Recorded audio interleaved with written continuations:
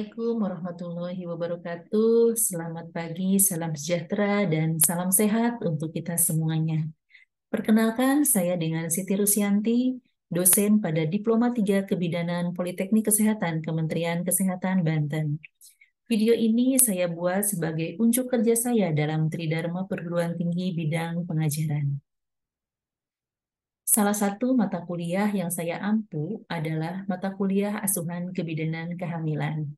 Penempatan mata kuliah ini pada semester 2 dengan bobot SKS 5 SKS. Materi kuliah ini saya menggunakan pendekatan DIA, Delivery, Interaction, and Assessment.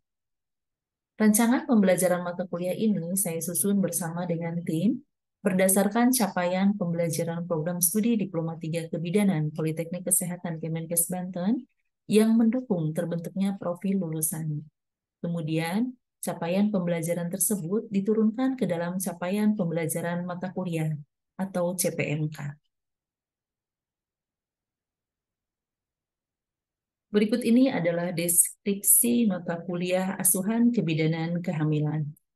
Mata kuliah ini memberikan kemampuan kepada mahasiswa tentang asuhan kebidanan kehamilan normal, meliputi melakukan anamnesa kunjungan awal dan ulang, melakukan pemeriksaan fisik kunjungan awal dan ulang, melakukan pemeriksaan laboratorium sederhana terdiri dari hemoglobin, glukosa urin, dan protein urin.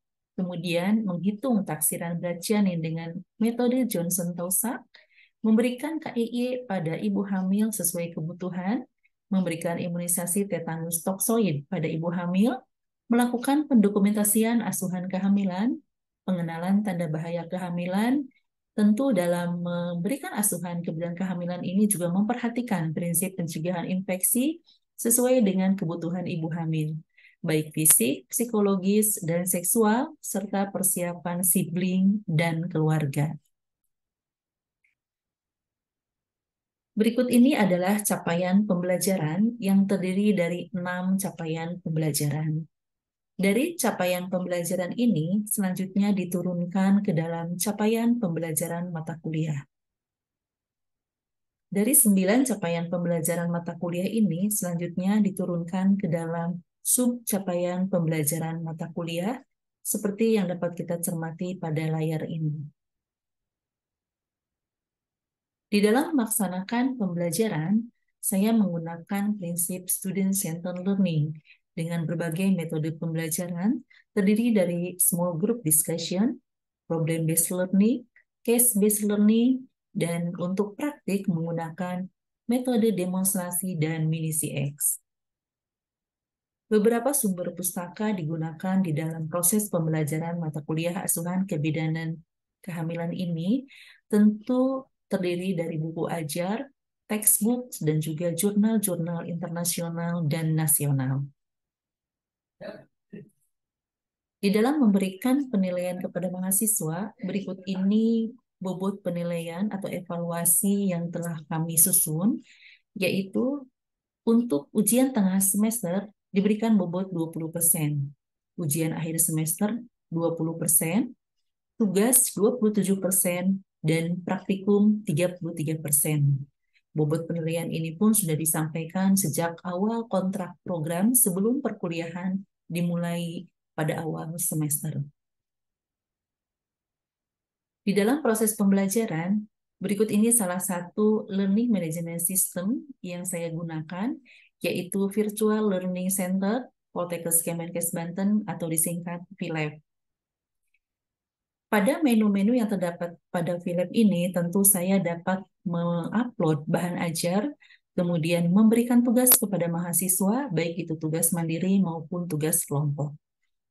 Pada layar, terdapat contoh tampilan VLab dan juga pemberian tugas kepada mahasiswa. Setelah saya memberikan tugas kepada mahasiswa, selanjutnya berikut ini adalah uploading tugas mahasiswa dan grading action. Jadi setelah mahasiswa mengupload tugasnya masing-masing, kemudian saya selaku dosen pemberi tugas memberikan penilaian pada setiap tugas yang sudah diselesaikan oleh mahasiswa. Demikian paparan terkait dengan pembelajaran mata kuliah asuhan kebidanan kehamilan. Dan berikut ini adalah cuplikan dari pembelajaran mata kuliah asuhan kebidanan kehamilan yang saya laksanakan di dalam kelas. Selamat menyaksikan. Assalamualaikum warahmatullahi wabarakatuh. Waalaikumsalam warahmatullahi wabarakatuh. Selamat pagi. Pagi, luar biasa. Bersama-sama buka perkuliahan kali ini dengan membacakan basmalah. Bismillahirrahmanirrahim. Tentunya senang sekali pagi ini kita bisa bertemu di kelas ini. Dalam kesempatan ini kita akan melanjutkan seperti apa nanti peran ibu bidan dalam memberikan asuhan pada ibu hamil. Tentunya sesuai dengan mata kuliah kita bahwa ibu hamil yang kita hadapi ini adalah ibu hamil yang normal, ya. Nah, jadi ibu hamil walaupun dalam kondisi normal itu kategorinya adalah at-risk, tanda petik. At-risk maksudnya adalah ada dalam risiko bahaya. Ya, kita memang sebagai bidan tidak berharap pasien itu mengalami risiko-risiko yang berbahaya. Tetapi secara kondisionalnya, secara teorinya bahwa semua ibu hamil itu bisa berisiko terjadi abnormal. Walaupun saat ketemu dengan kita misalnya normal-normal aja gitu ya. Tapi tiba-tiba esok harinya bisa tekanan darahnya tinggi. Gitu ya. Nah, pernah ada kasus ibu hamil yang biasa pemeriksaan kehamilannya ke bidan di puskesmas, kemudian begitu memasuki beberapa hari menjelang persalinan, tiba-tiba gerakan bayinya berkurang. Ya, kemudian lakukan pemeriksaan, diberikan asuhan, dan akhirnya dirujuk ke rumah sakit. Ternyata pada saat di rumah sakit diobservasi sampai bayinya itu sudah tidak ada lagi denyut jantung janinnya. Sehingga dilakukan operasi sesar tentunya, dan berat bayinya berapa? 5 kilo, bayangkan. Ya. Ternyata pasien ini mengalami diabetes mellitus. Ya. Karena kan kalau diabetes mellitus dampaknya bisa terhadap ibu dan salah satunya terhadap janin. Janinnya bisa tumbuh berlebihan, yang kita sebut sebagai makrosomia. Nah, di pertemuan sebelumnya kan sudah ada juga dibahas ya tentang penyulit yang mungkin terjadi pada kehamilan.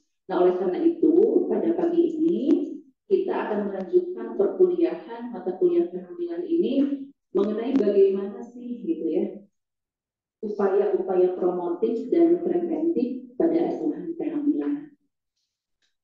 Ini tujuan pembelajaran kita.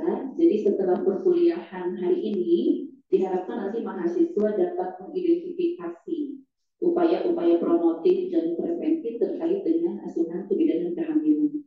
Ya. Kemudian juga terkait bahan kajian tentu sesuai dengan tujuan pembelajaran kita.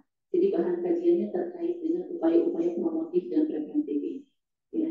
Dan untuk metodenya pada kesempatan ini di kelas kita ceramah dan tanya jawab. Ya, oke. Sekarang sebelum dilanjutkan, Ibu mau tanya, ya, apa yang saudara ketahui tentang upaya promotif dan preventif pada asuhan kehamilan? Siapa? Oke, silakan Alvina. Menurut saya, promotif dan preventif pada asuhan kehamilan adalah upaya bidan dalam meningkatkan status kesehatan ibu selama kehamilan dan menegakkan ketidaknormalan selama kehamilan. Ya, terima kasih Alvina ya. Jadi tepat sekali yang disampaikan oleh Alvina, luar biasa, berikan aplaus dan buat Alvina. Jadi tadi seperti yang disampaikan Alvina bahwa kita sebagai bidan itu harus ada upaya-upaya. Bagaimana sih ibu hamil ini walaupun tadi at-risk, kita harus jaga betul, dijaga kesehatannya supaya tidak jatuh ke dalam kondisi risiko tadi, gitu ya. Nah, sekarang ada nggak yang bisa memberikan contohnya? Upaya apa kira-kira? Oke, Delia, silakan.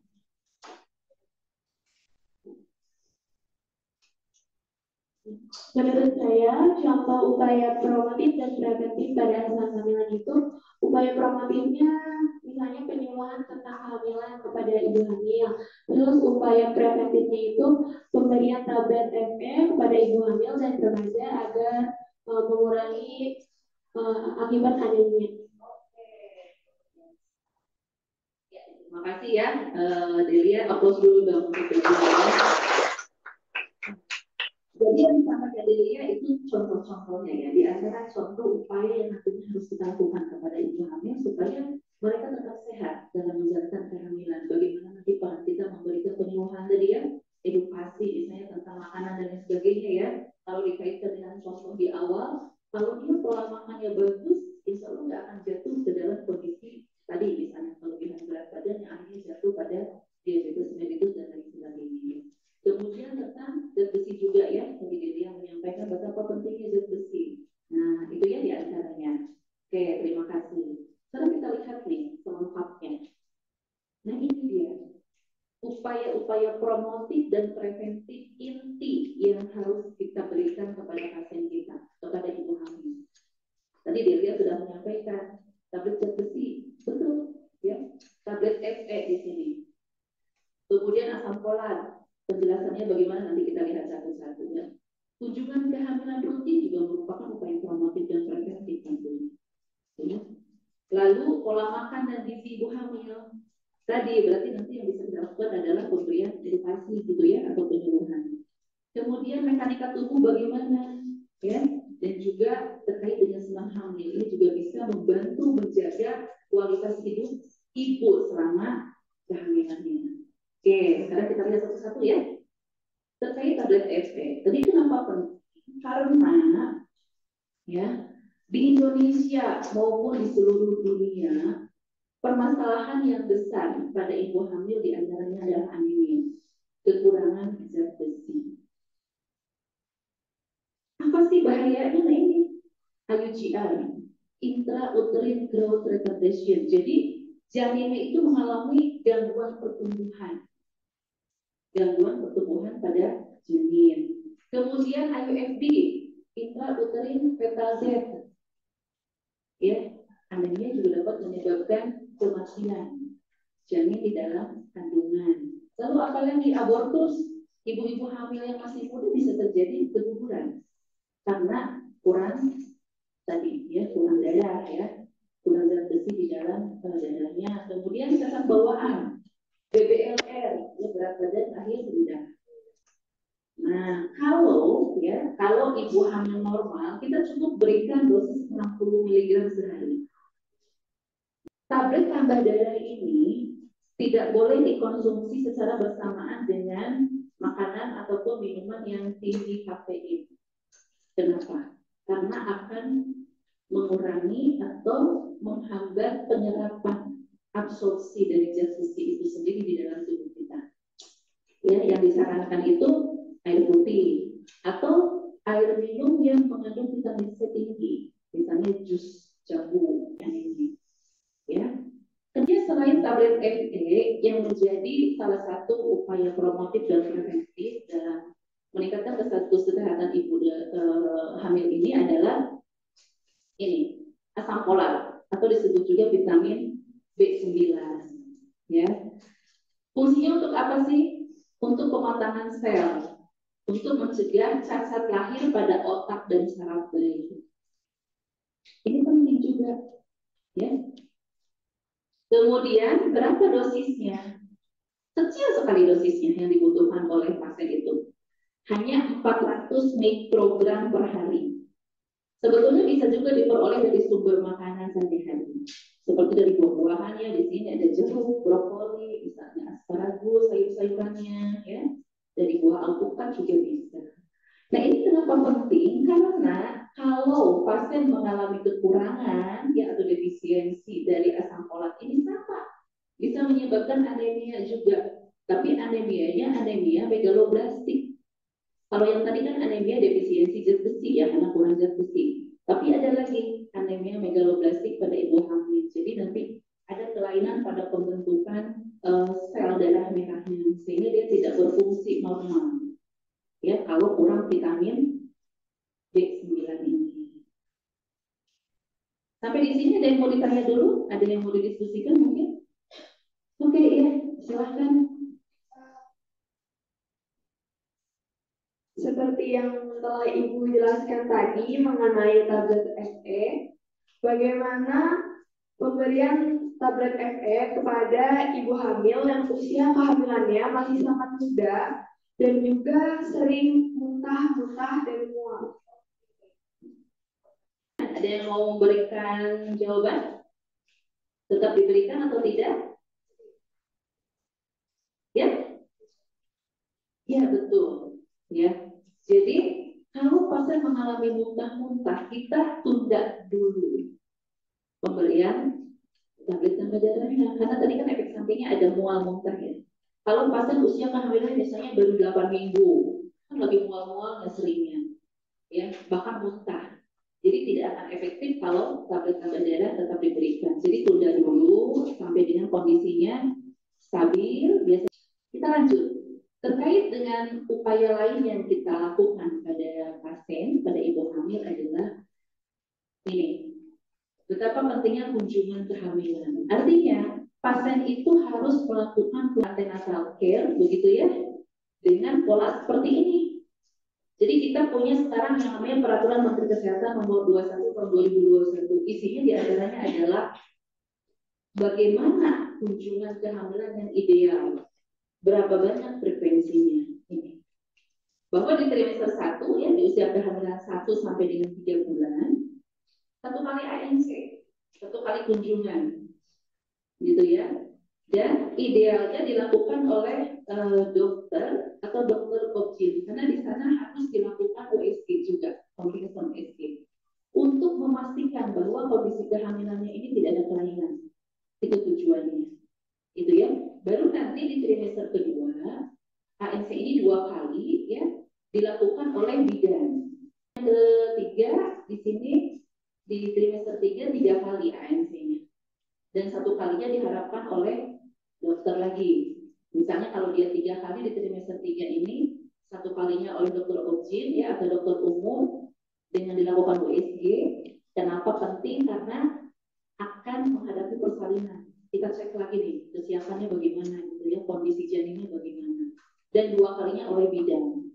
Jadi dalam perhatikan nutrisi selama hamil, bahwa kalorinya itu 2.500 kalori per hari. Kemudian proteinnya segimana nih? 85 gram per hari. Nah, kemudian hal penting juga yang kita lakukan pada pasien untuk tetap menjaga kondisi sehat selama kehamilan adalah dengan mekanika tubuh. Tegak seperti ini, betul ya. Tegak itu mulai dari punggung, kemudian juga membentuk sudut antara sudut hip and knee. Jadi di sini nih, 90 derajat dari paha ke sini 90 derajat. Sehingga posisinya jadi tegak. Berikutnya adalah senam hamil. Jadi senam hamil ini tentu merupakan salah satu upaya aktivitas fisik yang ideal dilakukan oleh ibu-ibu hamil. Ya. Kita juga kan tidak hamil disarankan ya aktivitas fisik, entah itu senam, misalnya aerobik, senam yoga atau yang lainnya, aktivitas fisik yang lainnya. Nah di sini kita punya senam khusus untuk ibu hamil ya. Apa sih keuntungannya? Pasien itu akan nyaman, kemudian mempersiapkan persalinan. Jadi kalau ibu hamil rajin melakukan senam hamil, biasanya dia lentur, otot-otot perineumnya lentur, sehingga bisa menghindari dari robekan perineum saat bersalin. Ya, kemudian secara energi juga bagus pada saat mengedang kuat, gitu ya, dan lain sebagainya. Dan ini tubuh akan kembali lebih cepat pada saat nanti setelah bersalin. Tubuh ibu hamil itu akan kembali seperti sedia kala saat sebelum hamil itu lebih cepat dibandingkan dengan ibu-ibu yang tidak melakukan senam. Baik, demikian. Jadi kesimpulannya adalah bahwa bidan mempunyai peran ya dalam melakukan asuhan kehamilan ini, diantaranya dalam hal promotif dan preventif. Baik, untuk pertemuan kita hari ini cukup sampai di sini. Nanti kita ketemu lagi di pertemuan ke depan ya. Kurang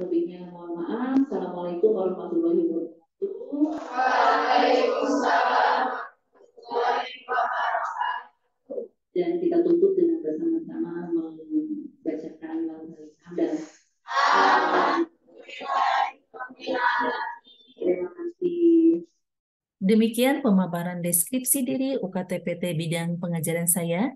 Terima kasih atas perhatiannya. Wassalamualaikum warahmatullahi wabarakatuh. Salam sehat.